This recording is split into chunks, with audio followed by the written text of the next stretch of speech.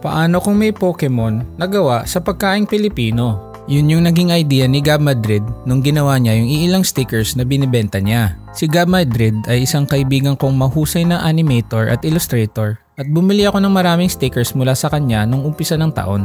Matapos ma-inspect ni Pixie yung package, binuksan ko na agad ito para makita ang laman. Mukhang marami-rami nga ang binili ko. At syempre hindi pwedeng mawala dyan si Sprigatito.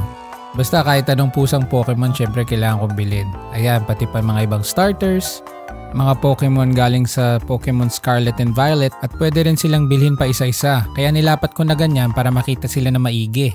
Ang gaganda nila, basta gawa yan lahat ni Gab. Pero you might ask, nasan na yung Pokemon na ginawang pagkain? At heto na nga, ito ay mga Crustle. Si Crustle ay isang Pokemon na parang crab pero may bit-bit na bloke ng bato. Pero na-imagine ni Gab na what if imbis na bato, slice siya ng karne o ng ulam o ng dessert.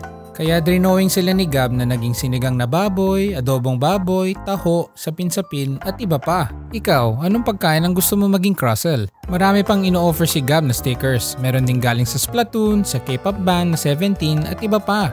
Kung interested din kayo makita ang iba pang stickers na binibenta ni Gab, makikita nyo sila sa Shopee page niya. Hanapin nyo lang ang studiogm.mnl. Basta naman gawa ni Gab Madrid, ikinatutuwa ko. Kaya sana nag-enjoy rin kayo sa pag-feature ko sa stickers niya.